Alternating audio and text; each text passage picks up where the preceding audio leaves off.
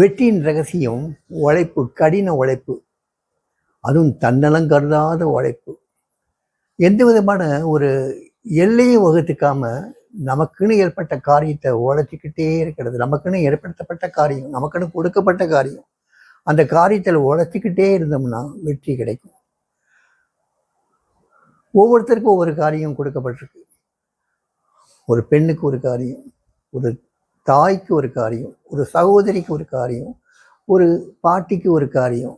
அதே மாதிரி ஒரு ஆணுக்கு ஒரு காரியம், ஒரு தகப்பனுக்கு ஒரு காரியம், ஒரு சகோதரனுக்கு ஒரு காரியம். இந்த மாதிரி ஒவ்வொருத்தருக்கும் ஒரு காரியம் இருக்குது. அந்த காரியத்தில் அவங்க எந்த அளவுக்கு தன்னலம் கருதாமல் உழைக்கிறாங்களோ அந்த அளவுக்கு அவங்களுக்கு மட்டும் இல்லாத வெற்றி, அவங்கள சார்ந்து இருக்கிறவங்க அத்தனை பேருக்குமே அந்த வெற்றியினுடைய பலன் கிடைக்கும். அந்த வெற்றி எங்கே இருக்கோ அங்கே ஆண்டவனும் கூட இருப்பார். அந்த வெற்றிக்கு உறுதுணையாக இருப்பார். அந்த வெற்றிக்கு மறுபடியும் வெற்றி பெறதுக்கு நமக்கு வாழ்த்து சொல்லியபடி இருப்பார், பாதை காட்டியபடி இருப்பார். அவருமே குருவாகவும் வருவார்.